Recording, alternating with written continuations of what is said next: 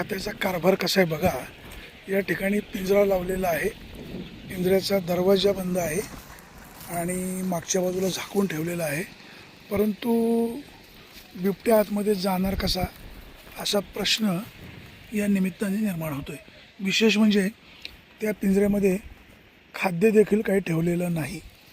या पिंजऱ्यावर पिंपळगाव जोगा 53 असा मजकूर लिहिलेला आहे. इकडे जे कोण कर्मचारी असतील, बाबांनो तुम्हाला शासन पगार देतं, जरा काळजी घ्या.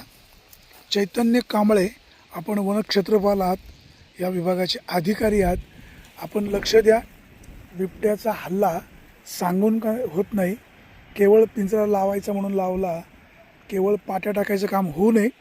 आपण याबाबतची दक्षता घ्याल अशीच अपेक्षा.